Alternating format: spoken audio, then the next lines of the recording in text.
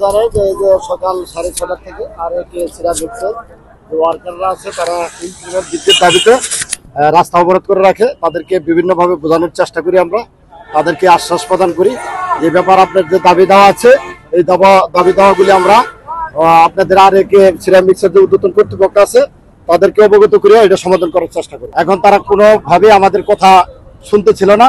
তারপর আমরা এখন চিন্তা করে দেখলাম যে এখানে একটা হাইওয়ে সড়ক, বিভিন্ন লোকজন, অসুস্থ লোকজন, অ্যাম্বুলেন্স এবং মহাসড়কের যানজটের সৃষ্টি হয়ে গেছে। সেই ক্ষেত্রে আমরা তাদেরকে ধাওয়া করে ছত্রভঙ্গ করে দেই। ককটেল মারছে, আমরা দরজার সামনে মারছে, চালের উপরে মারছে, সব মনে করে আমরা ওয়ারের ভিতরে রুমের ভিতরে ওইখানে হয়ে গেছি। ওখানে আছে 2-4 জন পিস্তার মধ্যে পড়া আছে, আপনারা যা ঢুকে দেখুন। ফুলাহান বউ ওই যে বিস্তাস করা শুধু বাচ্চা কয়েকটা ওই যে রুমে তো আমরা কাছে বিচার চাই। আমরা তো আর কোনো কিছু জানি না, কি মানে আমরা চাকরি করি না আর কি। আমাদের কথা হয়েছে আমরা তো কোনো মানুষের উপরে বা কোম্পানির উপরে কোনো জায়গায় আমরা আক্রমণ করি নাই। তাহলে পুলিশ কেন আমাদের উপরে ককটেল ছাড়লো, আমাদের উপরে কেন গুলি ছাড়লো, আমাদের উপরে কেন লাঠি চার্জ করলো, আমাদের এই অর্ডারটা কে দিছে?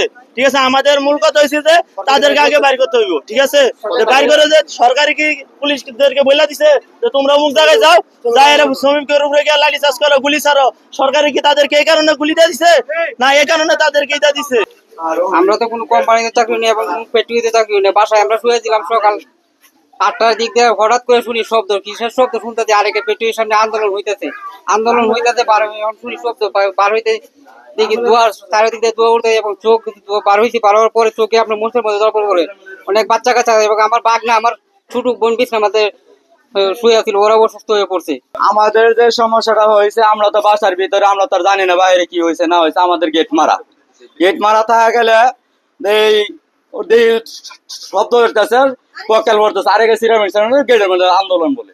তখন লোকজন তো আমাদের বাসায় কোনো একটা লোকের ঢুকতে দেয় নাই এবং ঢুকেও নাই, আর রাস্তার মধ্যে গন্ডগোল হইতেছে। তারপরে গ্যাস নিকেলছে, গ্যাস ছাড়ছে, বাসার ভিতরে ঠিক থাকতেছে না। পরে যখন গ্যাস ছাড়া একটু কমছে, তারপরে আবার পোলাপান ব্রাশ করতে আসছি, ব্রাশ করতে আম্মা দাঁড়ায় রয়েছে, এখানে এরকম একটা ছাড়ছে বোম ছাড়া। পরে এখানে শব্দ, ছোট বাচ্চাটা অজ্ঞান হয়ে গেছে গা, আম্মা অজ্ঞান হয়ে গেছে গা, মেজো বাচ্চাটার এই কপালে এনে রাখছে। আচ্ছা, আমি একটা কথা বলতে চাই, তা আমাদের যে বাসার ভিতরে যে আমরা তো কোনো চাকরি করি না, কোনো লোকজন আমাদের ভিতরে ঢুকে নেই, তাহলে আমরা বাসার নিরাপত্তা না পাই, রাস্তার নিরাপত্তা তারা কি দেয়? তারা রাস্তার নিরাপত্তা দিব না বাসার নিরাপত্তা দিব?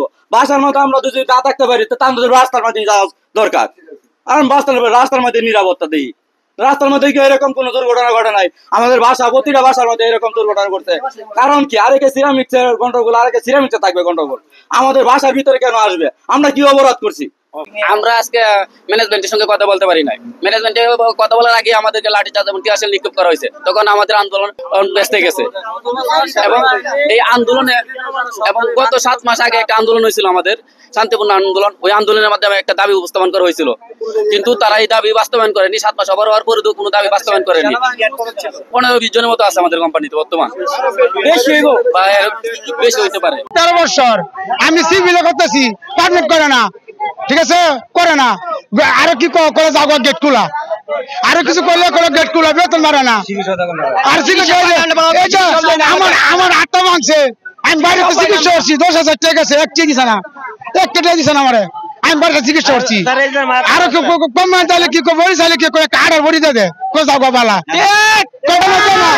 জানা ওর ভিতরে যদি আপনারা যারা করুন আমরা সবাই মান্য নিলাম।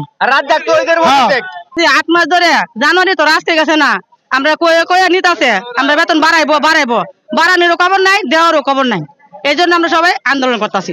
এবার যে বেতন আছে আমরা বেতন হুসে না, যে কষ্ট আমরা এই কষ্ট মাইন আমরা হয় না, সংসার চালাই তারি না। বাইরে তো লোক আনলে বাড়তি বেতন জানে, আমরা তো বাড়তি বেতন ধরে না। এই জন্য আমরা আন্দোলন নামছি। জানেন আমরা যে কষ্ট করি, একটু ভিতরে যা ঢুকতে দেখুন কত গরম, কত কষ্ট।